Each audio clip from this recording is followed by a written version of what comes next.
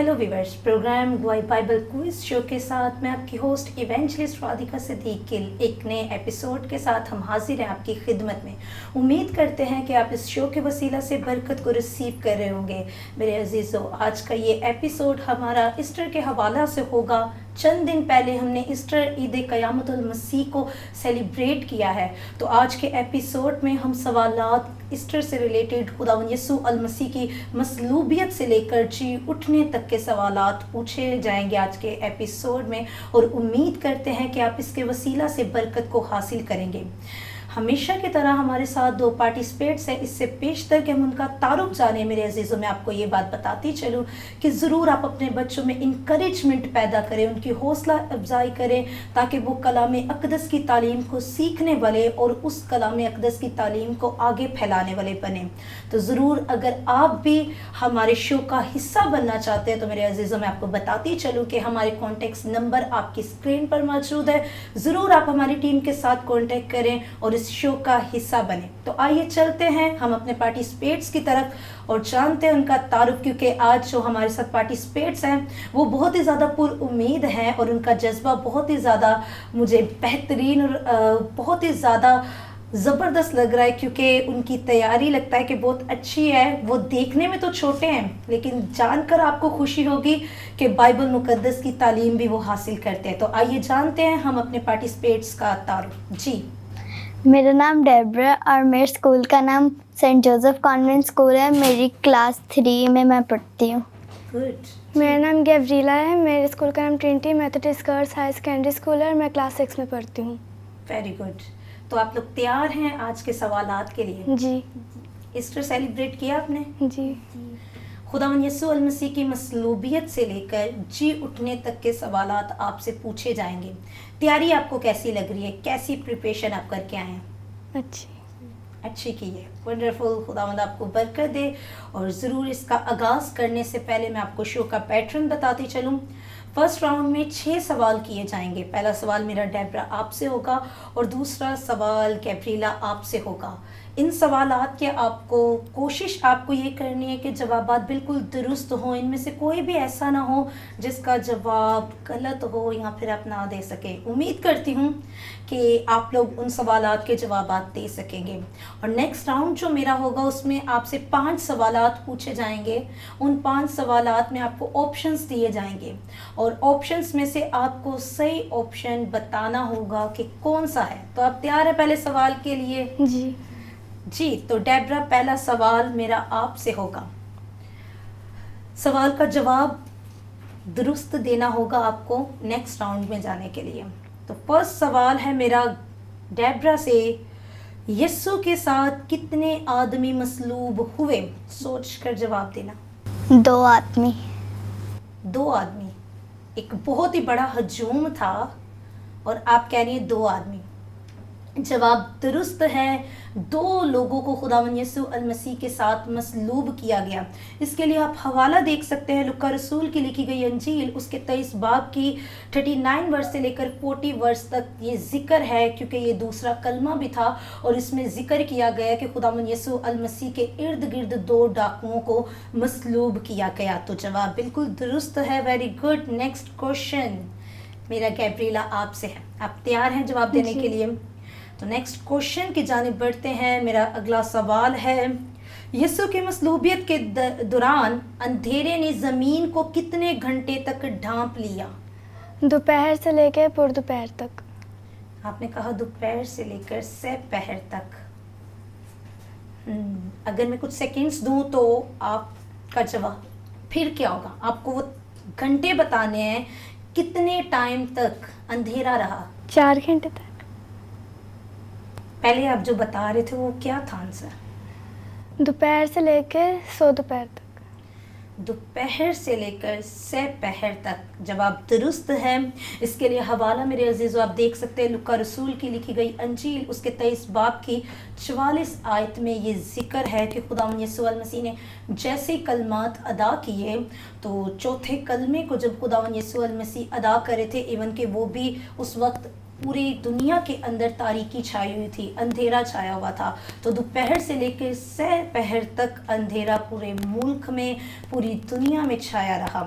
Next question मेरा Debra आपसे है। नेक्स्ट क्वेश्चन है, उम्मीद करती हूँ जैसे आपने पहले सवालात के जवाब दुरुस्त दिए, ये भी दुरुस्त होंगे। तो नेक्स्ट क्वेश्चन मेरा डेब्रा आपसे है, सोच कर जवाब दीजिएगा, हो सकता है थोड़ा सा ये मुश्किल हो आपके लिए। एली एली लमा शबक्तनी का क्या मतलब है? ये कलमा भी था, इसके मायने क्या हैं? एली एली लमा शबक्तनी चौथा कलमा भी है ये।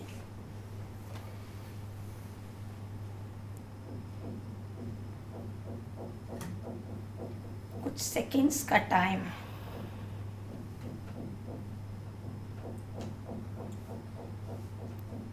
एक हिंट छोटा सा मैं चले आपको देती चलूं। हिंट ये है कि खुदावंद यीशु अल मसीह ने पहले 3 कलमात के अंदर खुदा को बाप कह के पुकारा था, लेकिन अब जैसे ही चौथा कलमा शुरू हुआ है तो खुदावंद यीशु अल मसीह ने बाप कहकर नहीं पुकारा, बल्कि वो खुदा कहकर पुकार रहे थे। इसी के साथ जवाब आपका जुड़ा हुआ है। एली एली लमा शबक्तनी के मायने क्या हैं? एक शिकवा कर रहे थे खुदावंद यीशु अल मसीह खुदा के साथ। क्या जवाब होगा?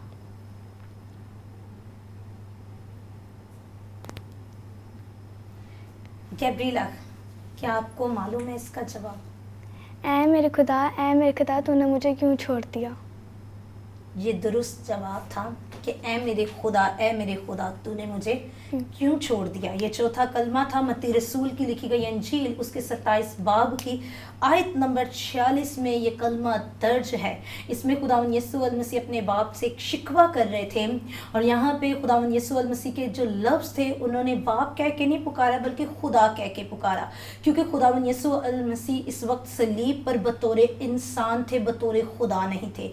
तो जब बतौर इंसान वो सलीब पर थे, वो कामिल खुदा भी हैं और कामिल इंसान भी हैं, और सलीब पर जब मौजूद हैं तो पूरे जहां के गुनाह खुदावंद यीशु अल मसीह पर थे। और चूँकि कलाम अक़दस बयान करता है कि खुदा की आंख पाक है और वह बदी को देख नहीं सकती, इस वजह से खुदा ने उस टाइम में अपनी नज़रों को खुदावंद यीशु अल मसीह से हटा लिया। इसीलिए खुदावंद यीशु अल मसीह ने एक कुर्ब के साथ, एक दर्द के साथ इन अल्फाजात का जिक्र किया कि ए मेरे खुदा तूने मुझे क्यों छोड़ दिया। ना सिर्फ खुदा ने बल्कि फरिश्तेगान ने भी उस वक्त अपना मुंह फेर लिया था, क्योंकि जिससे खुदा ही आंखें फेर जाए फरिश्ते कैसे उसकी मदद को आ सकते हैं। और ना ही खुदावंद यीशु अल मसीह किसी की मदद लेना चाहते थे, क्योंकि वो हकीकी कपारे को अंजाम दे रहे थे। अभी तक 3 सवालात पूछे गए हैं, तो जवाबात कोई बात नहीं, थोड़ा सा मुश्किल था, लेकिन आगे चलते हैं और देखते हैं कि नेक्स्ट सवाल का जवाब आप दे सकेंगे कि नहीं। लेकिन अभी मेरा सवाल गैब्रिएला आपसे है। सवाल है आपसे, इन चंद औरतों के नाम क्या हैं जिन्होंने यीशु को सलीब पर देखा? मरियम मगदीनी, हम्म, यस्सु की माँ मरियम। जी, गुड।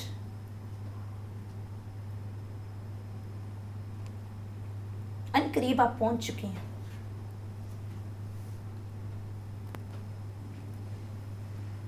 एक हिंट है, जितने भी यहाँ पे औरतें इस वक्त मौजूद थी वो सब मरियम थी, उनका नाम मरियम ही था। तो आपने एक नाम बताया मरियम मगदलीनी और दूसरा नाम आपने यीशु की माँ मरियम का बताया। एक नाम और अगर आप बता दे तो। हिंट ये है कि शागिर्दों में से किसी की माँ थी वहां पे। कौन था वो शागिर्द?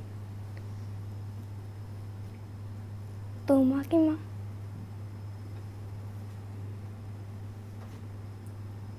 चले कोई बात नहीं, 2 आपने नाम बिल्कुल दुरुस्त बताए हैं। तो तीसरा नाम याकूब की माँ थी, ठीक है, जिसे छोटा याकूब भी कहा जाता है। ये खुदावंद यीशु अल मसीह के शागिर्दों में से एक थे। और इसके लिए आप हवाला मेरे अजीज़ों देख सकते हैं, मरकज़ की अंजील उसके 15 बाब की आयत नंबर 40 में इन तमाम तर औरतों का जिक्र है जो खुदावंद यीशु अल मसीह के पास, सलीब के पास खड़ी हुई थी और उस सारे माजरे को अपनी आंखों से देख रही थी। नेक्स्ट सवाल जो मेरा है वो डेब्रा आपसे है। सवाल नंबर 5। पांचवा सवाल है, आप तैयार हैं सवाल का जवाब देने के लिए? जी। पुरुउम्मीद रहें, चेहरे पे स्माइल रखें, क्योंकि अभी तक जो आंसर्स दिए हैं आपने बिल्कुल दुरुस्त दिए हैं।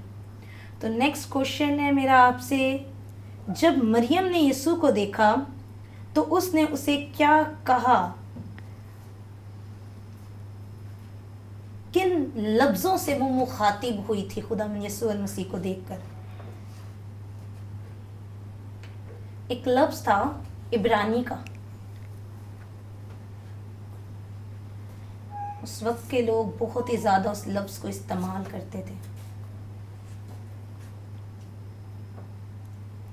कुछ सेकंड्स का टाइम है आपके पास, सोचिए और जवाब दीजिए।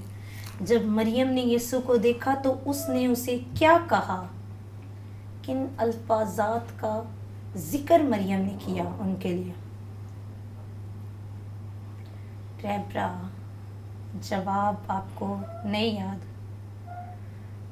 चले, इसका जवाब मैं आपको बताती चलूं कि इसका दुरुस्त जवाब रबूनी है। ये एक इब्रानी ज़ुबान का लफ्ज़ है जिसके मायने उस्ताद के हैं। इसके लिए आप हवाला देख सकते हैं, यूहन्ना रसूल की लिखी गई अंजील उसके 20 बाब की आयत नंबर 16 में आपको ये जिक्र मिलता है। क्योंकि जितने भी शागिर्दगान थे वो खुदावंद यीशु अल मसीह को ए उस्ताद कहकर पुकारा करते थे, और इब्रानी में रबूनी या फिर अरबी में रबी। तो इसके अलावा अब मेरा छठा सवाल है, सवाल नंबर 6 है। आंसर दुरुस्त देने की कोशिश कीजिएगा गैब्रिएला, उम्मीद है कि आप दुरुस्त देंगी।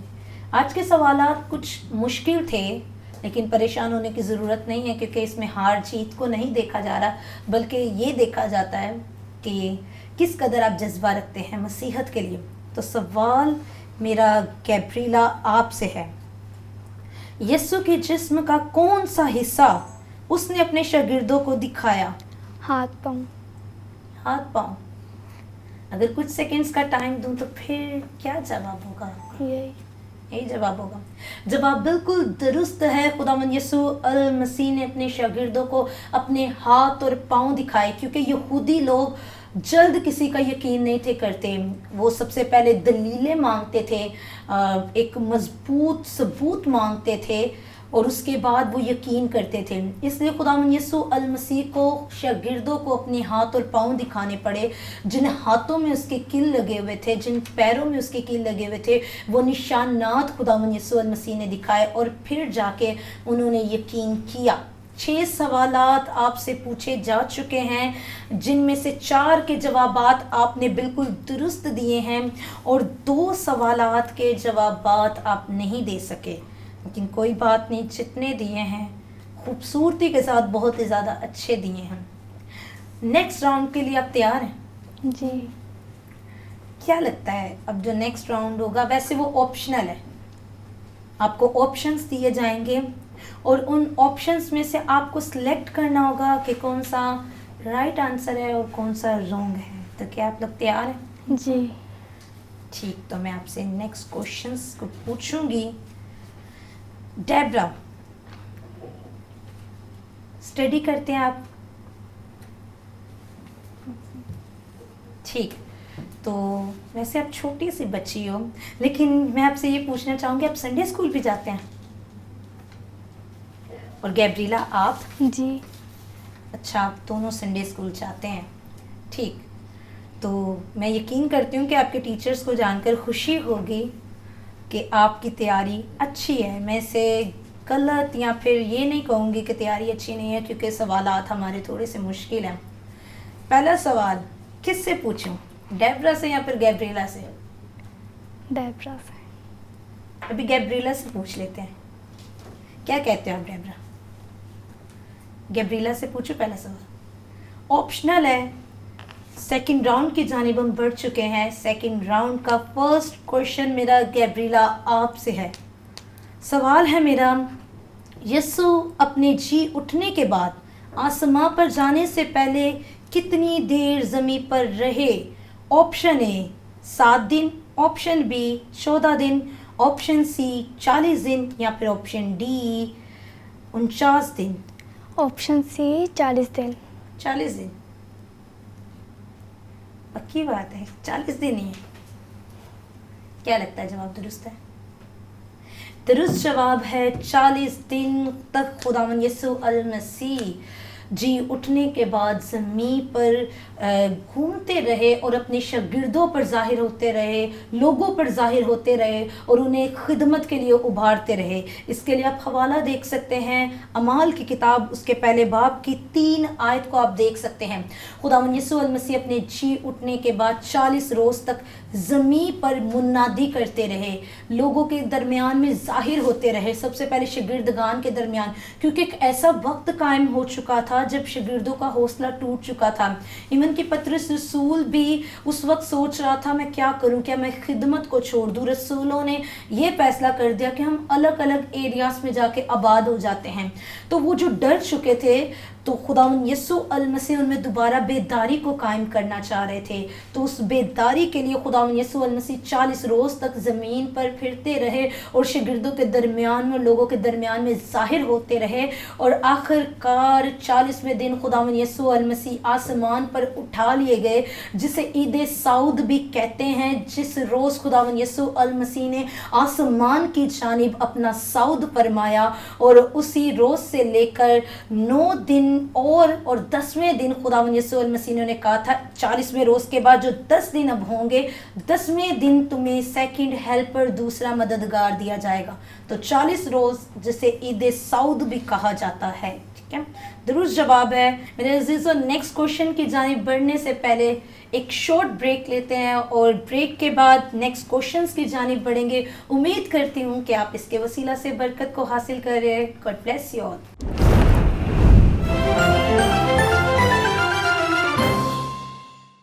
वेलकम बैक टू ब्रेक मेरे अजीज़ों।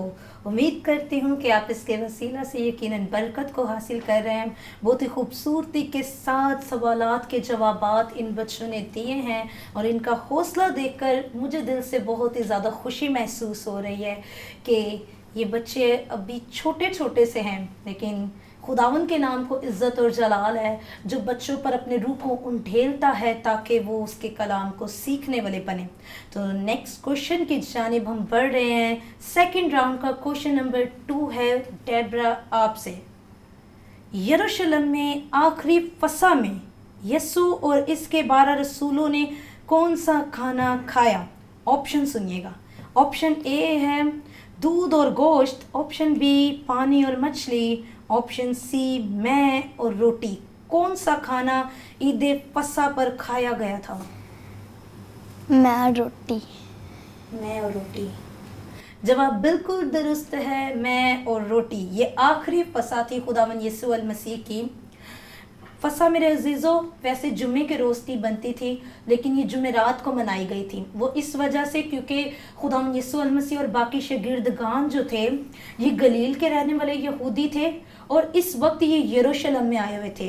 लेकिन जो ऑफिशियल लोग माने जाते थे वो यरूशलेम के रहने वाले यहूदी होते थे और गलील के लोग जो थे उनका कैलेंडर एक दिन पीछे था, एक दिन पहले उनका डे जो है वो कंप्लीट हो जाता था। तो खुदावंद यीशु अल मसीह और बाकी शागिर्दों के मुताबिक जो गलील के रहने वाले यहूदी थे, इनके कैलेंडर के मुताबिक ईद फसा जुमेरात की थी, जबकि पूरे मुल्क में जहाँ पे वो आए हुए थे ईद फसा को करने के लिए वो जुमे के रोज़ बनती थी।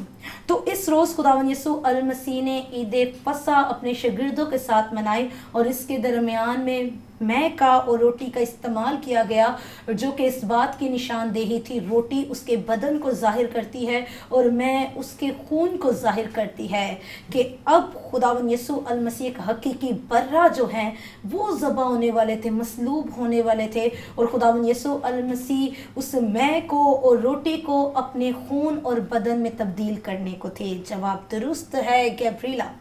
नेक्स्ट क्वेश्चन मेरा आपसे है, तैयार है नेक्स्ट क्वेश्चन के लिए? जी। नेक्स्ट क्वेश्चन मेरा आपसे है, यरूशलेम में यीशु को किस कदीम हुकूमत ने सलीबी मौत दी? ऑप्शन सुनिएगा। बहुत सी हुकूमतें उस वक्त कायम थी, लेकिन कौन सी हुकूमत ने दी थी सलीबी मौत, ये आपको बताना होगा। ऑप्शन ए है फारसी हुकूमत, ऑप्शन बी मिस्री हुकूमत, या फिर ऑप्शन सी है रोमी हुकूमत। कौन सी हुकूमत ने खुदावंद यीशु अल मसीह को सलीबी मौत दी? रोमी हुकूमत। रोमी हुकूमत। जवाब बिल्कुल दुरुस्त है। रोमी हुकूमत ने खुदावंद यसू अल मसीह को सलीबी मौत दी। खुदावंद यसू अल मसीह को मजहबी अदालतों में पेश किया गया, फिर खुदावंद यसू अल मसीह को सियासी अदालतों में पेश किया गया, लेकिन आखिरकार हुक्म वही माना जाता था जो रोमी हुकूमत का होता था, क्योंकि सल्तनत सबसे बड़ी रोमी हुकूमत की थी। इवन के पैंतूस पलातूस भी रोमी हुकूमत से ताल्लुक़ रखते थे, जिसके बायस खुदावंद यसू अल मसीह को तमाम तर अदालतों में से गुजारने के बाद अब रोमी अदालत में लाया जा रहा था। लेकिन एक बहुत ही खूबसूरत बात मेरे अज़ीज़ों में आपके साथ शेयर करती चलूँ, उसकी जान कोई भी नहीं था ले सकता, ना उस वक्त की मजहबी अदालतें, ना उस वक्त की सियासी अदालतें, और ना ही उस वक्त की हुकूमती अदालतें, क्योंकि खुदावंद यीशु मसीह ने कहा कि मुझे मेरी जान देने का भी इख्तियार है और फिर उसे लेने का भी इख्तियार है, तो अपनी जान मैं बथेरों के वास्ते देता हूँ। सवाल नंबर 4 है ये सेकेंड राउंड का, सोच कर जवाब दीजिएगा। यीशु की ज़िंदगी के आखिरी हफ्ते का नाम क्या है? जितने भी खुदावंद यीशु मसीह अपनी ज़िंदगी गुजार रहे थे, उसका जो लास्ट वीक था, आखिरी हफ्ता था, यहाँ पे पूछा गया उसको क्या नाम दिया गया है। ऑप्शन ए है passion week, option B holy week, या फिर ऑप्शन सी ट्रायम्फ वीक। कौन सा वीक कहा जाता है? Passion week. Passion week. जवाब बिल्कुल दुरुस्त है। खुदावंद यीशु मसीह के आखिरी हफ्ते को पैशन वीक कहा जाता है, यानी कि जज्बे का हफ्ता। और खुदावंद यीशु मसीह जो कुछ भी कर रहे थे वो पैशन के साथ कर रहे थे, किसी मजबूरी के तहत नहीं थे कर रहे, क्योंकि वो अपनी मर्जी के साथ बाप की मर्जी को पूरा करने के लिए ज़मीन पर आए थे, तो उसे पैशन वीक का नाम दिया गया है। गैब्रिएला, आप तैयार हैं नेक्स्ट क्वेश्चन के लिए? आखिरी सवाल है मेरा इस राउंड का। क्वेश्चन मेरा आपसे है, यीशु ने आखिरी फसा में क्या पेशन गोई की? ऑप्शन सुनिएगा और दुरुस्त जवाब देने की कोशिश कीजिएगा। यीशु ने आखिरी फसा में एक पेशन गोई की थी, उस पेशन गोई के बारे में आपको बताना है। ऑप्शन ए है वो कल मर जाएगा, ऑप्शन बी इसके रसूलों में से एक इसे धोखा देगा, ऑप्शन सी रोमी हुकूमत जल्द ही ख़त्म हो जाएगी। ऑप्शन बी उसके रसूलों में से कोई उसको धोखा देगा। कोई एक उसे धोखा देगा। जवाब बिल्कुल दुरुस्त है। उसके रसूलों में से 12 रसूल खुदावंद यीशु मसीह के जो बसरिया तौर पर खिदमत कर रहे थे, उनमें से खुदावंद यीशु मसीहा ने मेज़ पर बैठकर जब वो ईद फसह को सेलिब्रेट कर रहे थे, तो उसके दरमियान कहा कि तुम में से एक मुझे धोखा देगा। इसके लिए हवाला आप देख सकते हैं लुक्का की अंजील उसके 22 बाब की 21 आयत में ये वाक़या दर्ज है कि कैसे यहूदा इस्करियोती जो है वो खुदावंद यीशु मसीह से जुदा हुआ, और कैसे उसने सोचा, क्योंकि खुदावंद यीशु मसीह कहा करते थे कि मैं बादशाही मुकर्रर करने आया हूँ। तो यहूदा इस्करियोती जो था वो एक लालची शख्स था। वो समझता था कि जब खुदावंद यीशु मसीह बादशाही मुकर्रर करेंगे तो एक बहुत ही बड़ा सा महल बना लेंगे, और उस महल में कहीं ना कहीं मुझे भी कोई वज़ीर का ओहदा मिल जाएगा। तो जब उसने देखा कि ये शख्स तो कोई महल खड़ा नहीं कर रहा, ये शख्स तो कोई भी बड़ी पॉलिसी कायम नहीं कर रहा, ये शख्स तो कुछ भी हुकूमती तौर पे कर ही नहीं रहा, तो उसके दिल में लालच आया। जवाब बिल्कुल दुरुस्त है कि उसके रसूलों में से एक उसे धोखा देगा, यानी कि यहूदा इस्करियोती। जितने भी सवालात इस राउंड में से किए गए हैं अपने दुरुस्त जवाब दिए हैं। वंडरफुल। खुदावंद आपको और ज़्यादा बरकत बख्शे। मेरे अजीज़ों, आपने देखा होगा कि इन बच्चों ने बहुत ही खूबसूरती के साथ तमाम तर सवालात के जवाब दुरुस्त दिए हैं। उम्मीद करती हूँ कि आपने इसके वसीला से बरकत को हासिल किया होगा। तो ज़रूर मेरे अजीज़ों, अगर आप भी इस शो का हिस्सा बनना चाहते हैं तो दिए गए नंबर्स पर आप कॉल कर सकते हैं या फिर मैसेज कर सकते हैं और इस शो का हिस्सा बन सकते हैं। खुदावंद आप सबों को बरकत बख्शे। God bless you all.